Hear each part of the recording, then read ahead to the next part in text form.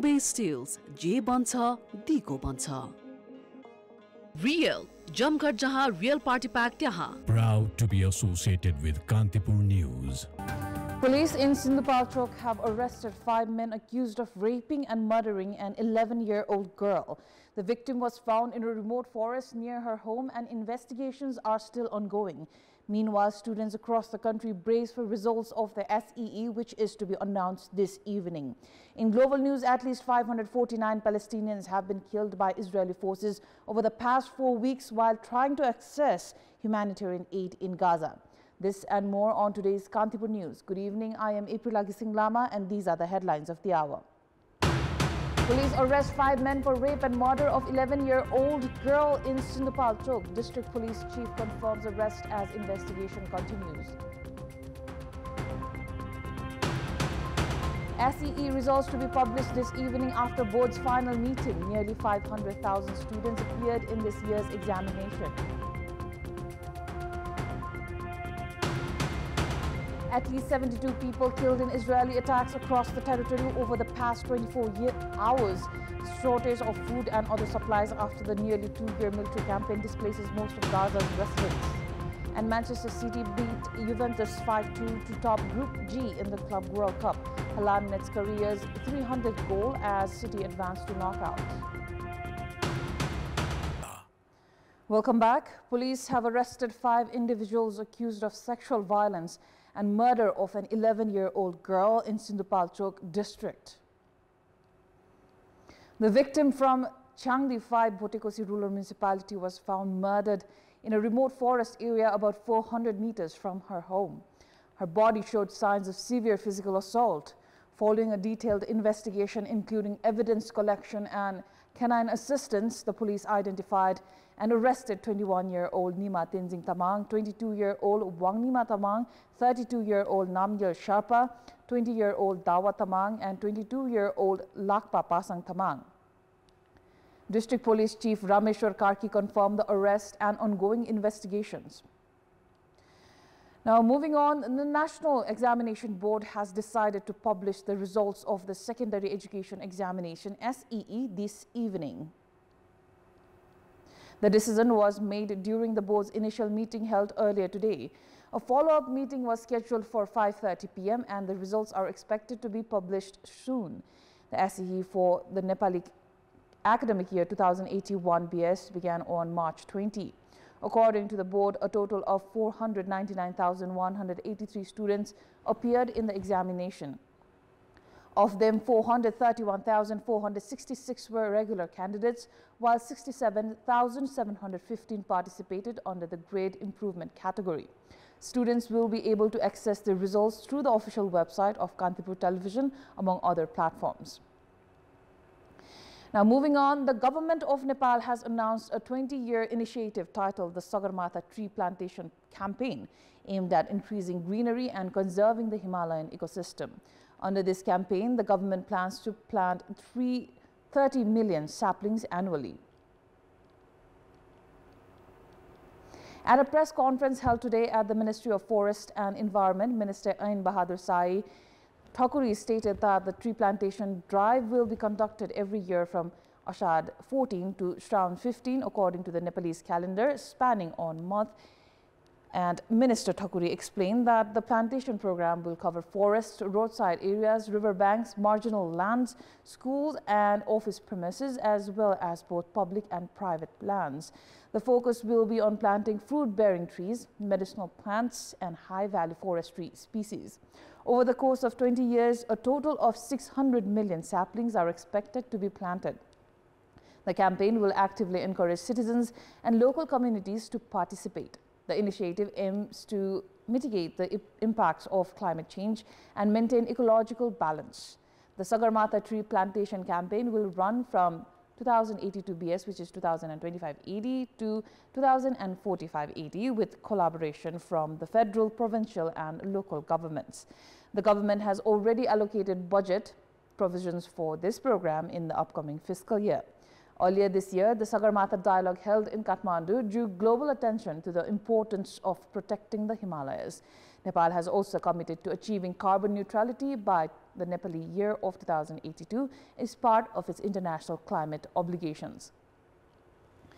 Now, moving on, the Upper Tamakushi Hydroelectric Project, a fully domestic investment, has resumed 24-hour power generation at its full capacity following the repair of both sedimentation ponds damaged by landslides.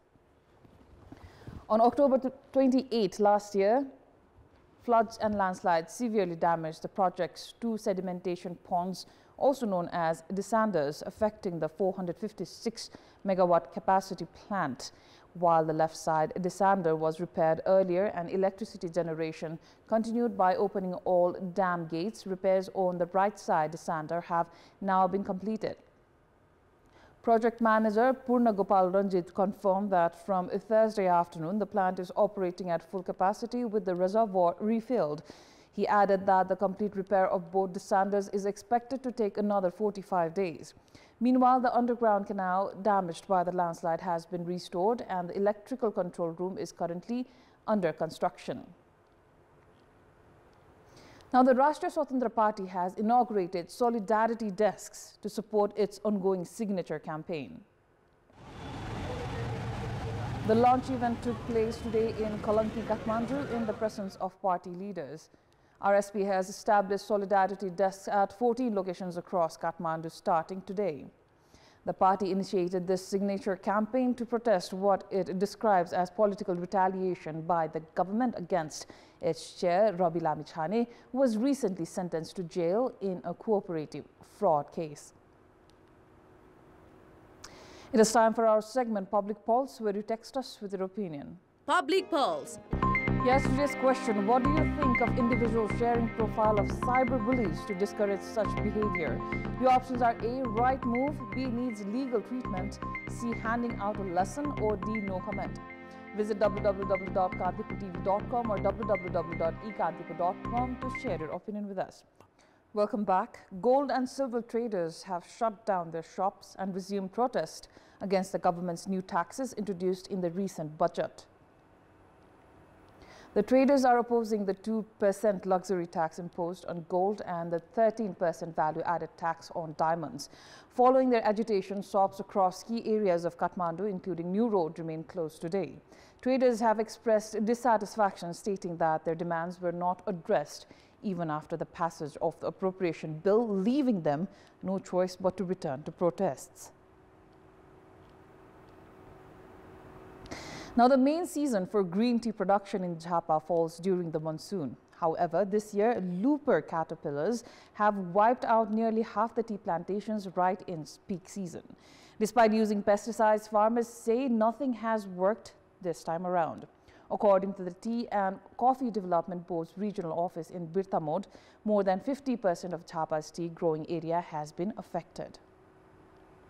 The monsoon season is the peak period for green tea leaf production in Jhapa. However, during this crucial time, cabbage looper caterpillars have severely damaged tea plantations, with nearly half of the cultivated area affected. Farmers report that the pests feed on fresh green leaves, primarily at night, devastating entire sections of plantations within just 2 or 3 nights. Even after spraying pesticides, farmers say the usual treatments have failed this year. According to data from the Tea and Coffee Development Board's regional office in Birtamod, more than 50% of tea plantation areas in Jhapa have been affected by this pest infestation.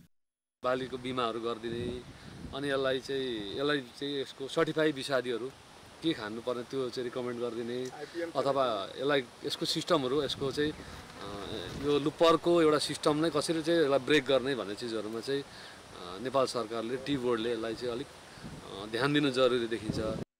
Tea is cultivated across 10,500 hectares in the districts. Farmers state that the looper caterpillars have completely destroyed a significant portion of tea bushes. In the past, the infestation could be managed using standard pesticides. However, even stronger chemicals are proving ineffective now, leading to widespread destruction of green tea leaves. Farmers are now looking to the government for intervention and support.